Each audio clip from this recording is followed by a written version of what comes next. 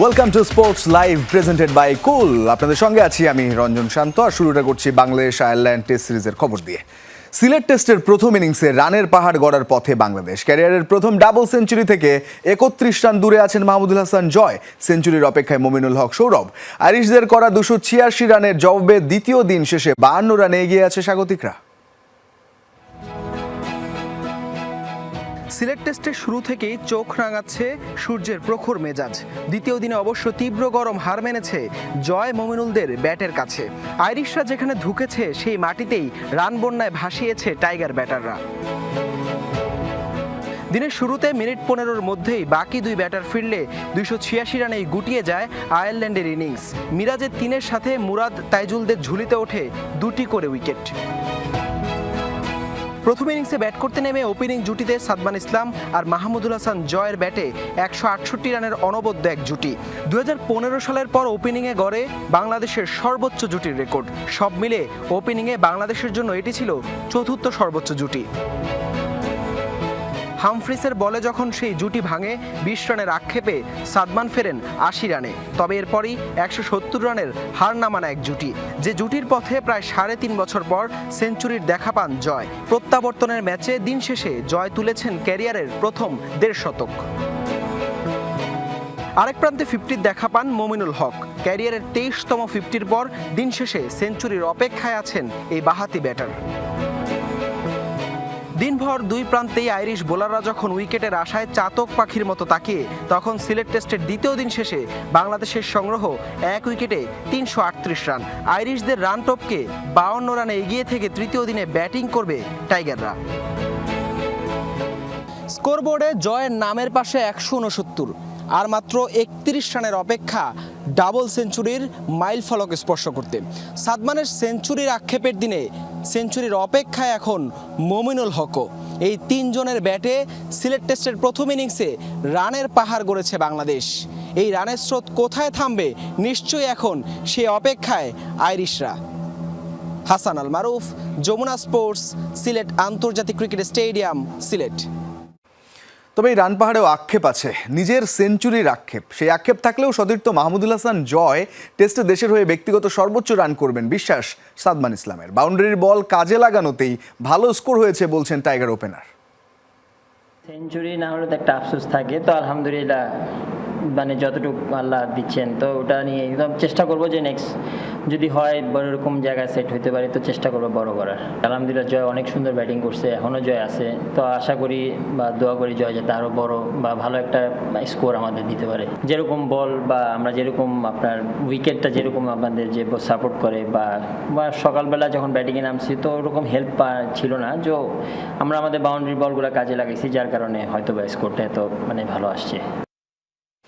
দেশের মাটিতে maiden century করলেন মাহমুদুল হাসান জয়। প্রায় ৩.৫ বছর পর টেস্ট ক্যারিয়ারের দ্বিতীয় সেঞ্চুরির দেখা পেলেন এই টাইগার ওপেনার।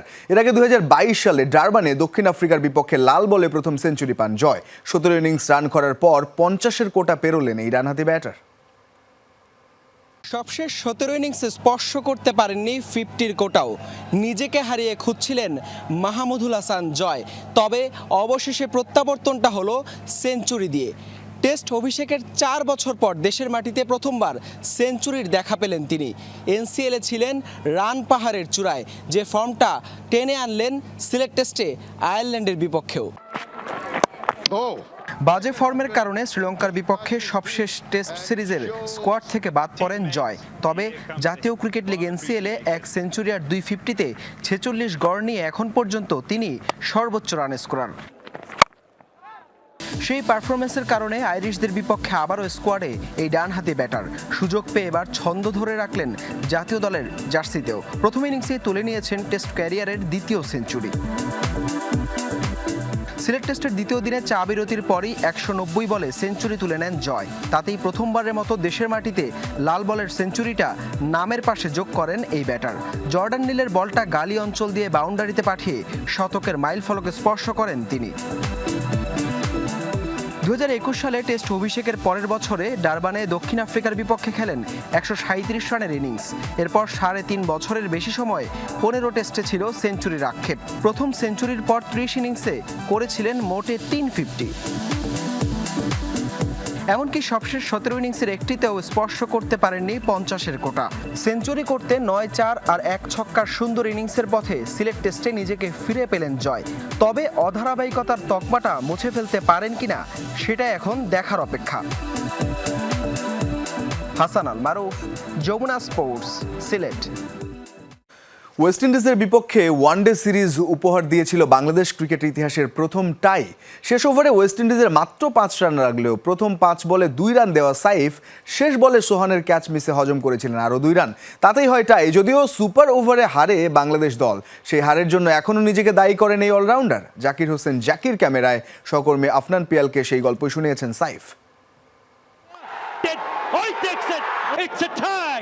সাইফ হাসানের এই বিষণ্ণতার কারণও আছে।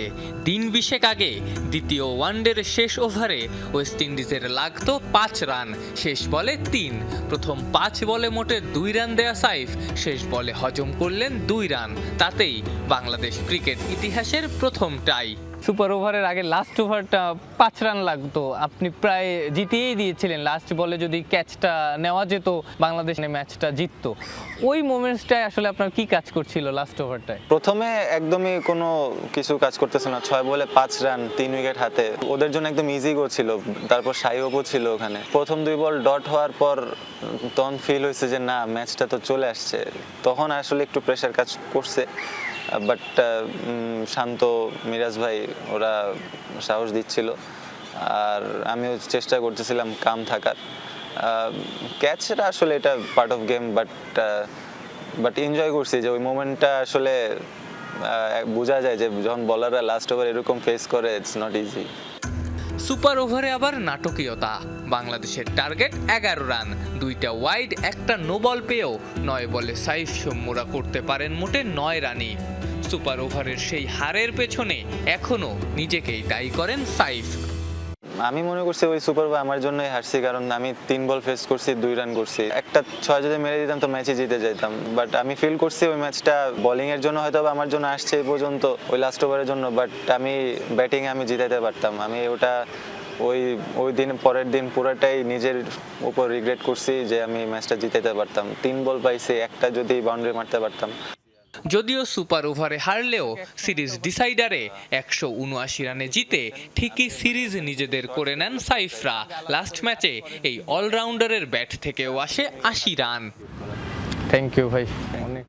আফনান পিয়াল, যমুনা স্পোর্টস, ঢাকা। এবার ভুল স্বীকার করে ক্ষমা চাইলেন বিসিবি সভাপতি আমিনুল ইসলাম বুলবুল। ঢাকার একটি 5 তারকা হোটেলে আয়োজন করা হয়েছিল বাংলাদেশ ক্রিকেট কনফারেন্স অনুষ্ঠান, তবে আমন্ত্রণ পেয়েও অনেক সাংবাদিক ঢুকতে পারেননি এই অনুষ্ঠানে। এ নিয়ে অনাকাঙ্ক্ষিত পরিস্থিতি সৃষ্টি হয়।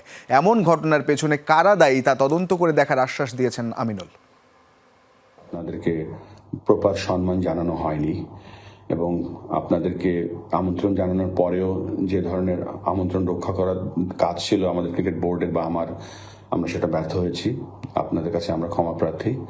তবে এটাও আপনাদেরকে কথা দিচ্ছি যে আমাদের কোন ডিপার্টমেন্টের কারণে কেন এই ব্যর্থতাটা এসছে সেটা আমরা তদন্ত করব এবং তদন্ত করে যথাযথ ব্যবস্থা নেব। গুগলি আরও নিখুঁত করতে কাজ করছেন লেগ স্পিনার রিশাদ হোসেন। মূলত লেগ স্পিন আর গুগলির বোলিং অ্যাকশন যেন হুবহু এক হয়, সেটা নিয়ে চলছে কাজ। যমুনা টেলিভিশনকে নিশ্চিত করেছেন রিশাদের সাথে কাজ করা বিসিবির leg spin coach Shahed Mahmud. অনেক উন্নতি করা রিশাদ বিগ ব্যাশে খেলতে পারলে আরও পরিণত হবেন, দাবি শাহেদের। গত 1 বছরে 10 ওয়ানডেতে নিয়েছেন বাংলাদেশের সর্বোচ্চ 21 উইকেট। টি-20তে সবশেষ 12 মাসে 26টি ম্যাচ খেলে নিয়েছেন সর্বাধিক 35 উইকেট। বলছি লেগ স্পিনার রিশাদ হোসেনের কথা। 2023 সালে জাতীয় দলে অভিষেক হলেও এই বছর রিশাদ নিজেকে নিয়ে গেছেন অনন্য উচ্চতায়। এই সবকিছু হয়েছে তার বোলিংয়ে নতুন অস্ত্র যোগ হওয়ায়, আর সেটা হলো গুগলি। লেগ স্পিনারদের বোলিং ভেরিয়েশনের সবচেয়ে সেরা ডেলিভারি এটি।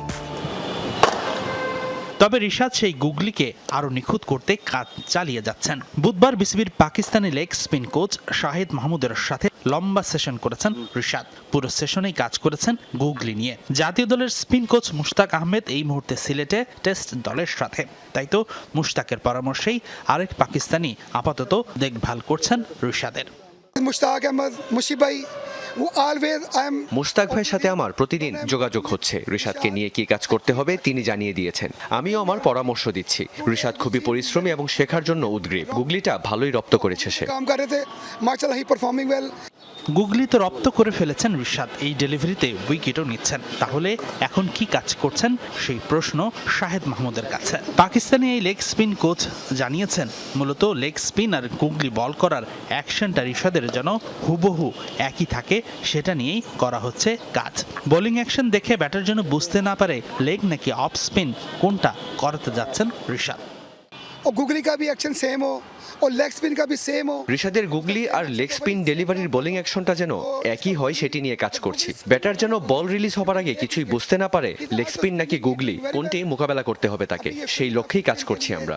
तो गुगली पे मैं काम कर रहा था साथ। আগামী 14 ডিসেম্বর শুরু হচ্ছে বিগ ব্যাশের নতুন মৌসুম। সাকিবের পর দ্বিতীয় বাংলাদেশি ক্রিকেটার হিসেবে এই টুর্নামেন্ট খেলতে যাচ্ছেন রিশাদ। সরাসরি নিলাম থেকে দল পাওয়া রিশাদ খেলবেন রিকি পন্টিংয়ের হোবার্ট হ্যারিকেন্সে। অজিদের ভিন্ন কন্ডিশনে রিশাদ পুরো সিজন অনুশীলন করে আর ম্যাচ খেলতে পারলে শিখবেন অনেক কিছুই, বিশ্বাস শাহেদ মাহমুদের। Pitch is different, hard wicket होता है और बाउंसी विकेट होता है। অস্ট্রেলিয়া আর বাংলাদেশের উইকেটের পার্থক্য আছে। অজি কন্ডিশনে পিচ অনেক শক্ত থাকে, তাই বাউন্স খুব বেশি থাকে। বিগ ব্যাশে খেলার সুযোগটা রিশাদকে পরিণত করতে সাহায্য করবে। আশা করি বিশ্বকাপের আগে নিজেকে উঁচুতে নিয়ে যেতে পারবে রিশাদ। मोर एक्सपीरियंस उसे आ जाएगा और मोर इफेक्टिव हो जाएगा। Hasinur Rahman, Jamuna sports, Dhaka. Thank you very much. আগামীকাল নেপালের বিপক্ষে আন্তর্জাতিক প্রীতি ম্যাচে মুখোমুখি হতে যাচ্ছে বাংলাদেশ জাতীয় ফুটবল দল। বাংলাদেশ সময় রাত 8টায় ঢাকা জাতীয় স্টেডিয়ামে অনুষ্ঠিত হবে ম্যাচটি। আগামী 18 নভেম্বর এএফসি এশিয়ান কাপ বাছাই পর্বের গুরুত্বপূর্ণ ম্যাচে ভারতের মুখোমুখি হতে যাচ্ছে বাংলাদেশ। সেই ম্যাচের আগে প্রস্তুতি হিসেবে নেপালের বিপক্ষে নিজেদের ঝালিয়ে নেবার সুযোগ পাচ্ছে জামাল ভুঁইয়ারা। এর আগে সোমবার ঢাকায় পৌঁছে জাতীয় দলের সঙ্গে অনুশীলনে অংশ নেন লেস্টার সিটির তারকা মিডফিল্ডার হামজা চৌধুরী। এই ম্যাচটি জিতে ভারতের বিপক্ষে আত্মবিশ্বাসের সাথে মাঠে নামতে চায় লাল সবুজের দল।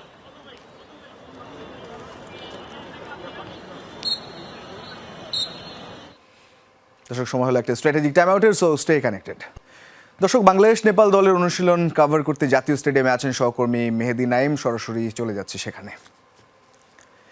নাইম, একটু আগে প্রেস কনফারেন্সও ছিল, এখন অনুশীলনের সামনেই নিশ্চয়ই আপনি আছেন। সব মিলিয়ে ম্যাচের টিকিট এবং আগামীকালকের যে আইন শৃঙ্খলা পরিস্থিতি বা নিরাপত্তা, সব মিলিয়ে কি আপডেট আছে আপনার কাছে জানাবেন?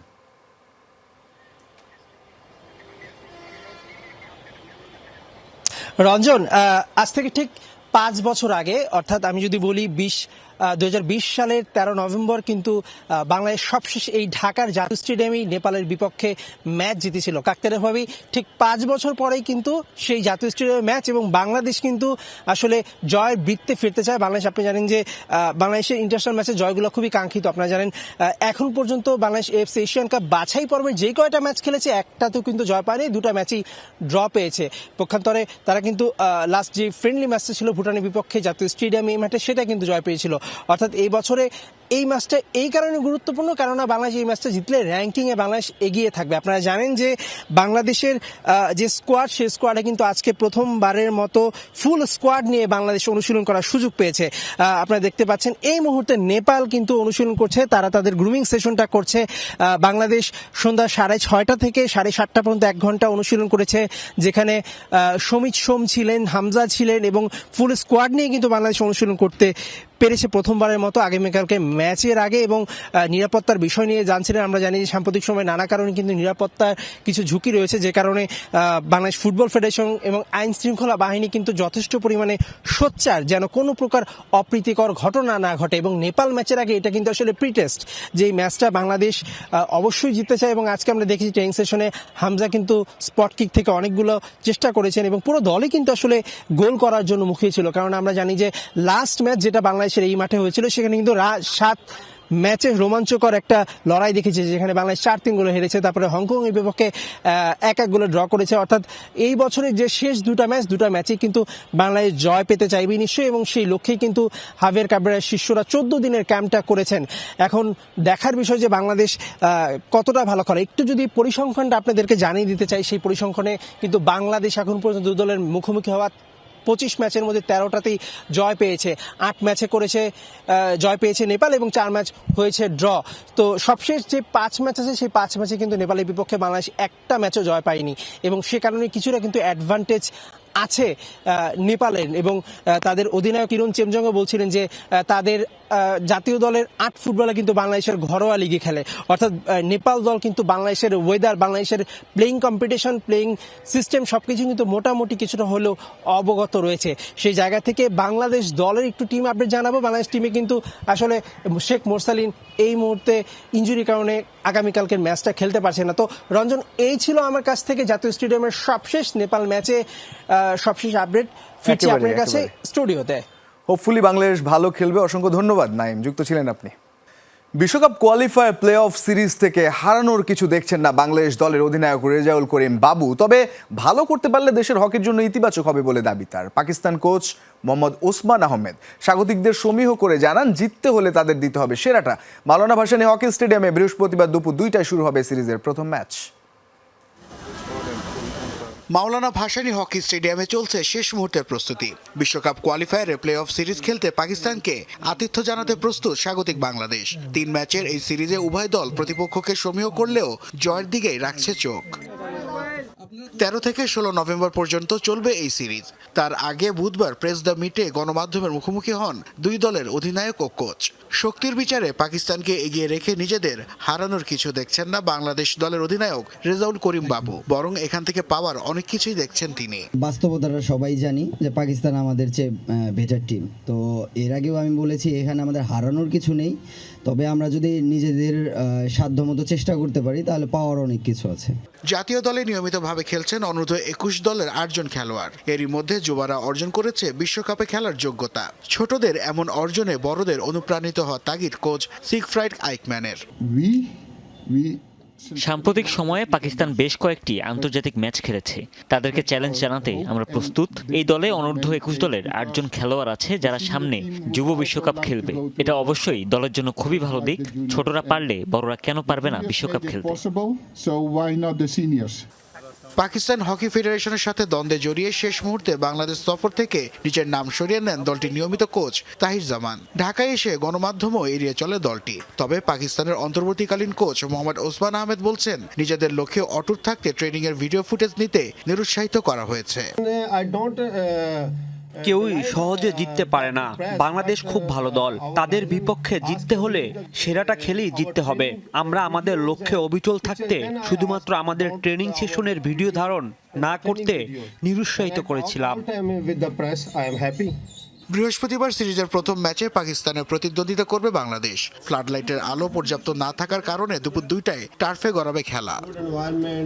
Nasif Shuvo, Jamuna sports, Dhaka. Asian archery চ্যাম্পিয়নশিপের কম্পাউন্ড মিক্সড ইভেন্টের ফাইনাল নিশ্চিত করেছে বাংলাদেশ। জাতীয় স্টেডিয়ামে বুধবার সেমিফাইনালে দক্ষিণ কোরিয়ার জুটিকে 158-153 ব্যবধানে হারায় বন্যা আক্তার ও হিমু বাছারকে নিয়ে গড়া জুটি। ভুটানকে 154-148 স্কোরে হারিয়ে এই ইভেন্টের এলিমিনেশন রাউন্ড শুরু করা বাংলাদেশ কোয়ার্টার ফাইনালে মুখোমুখি হয় ইরানের।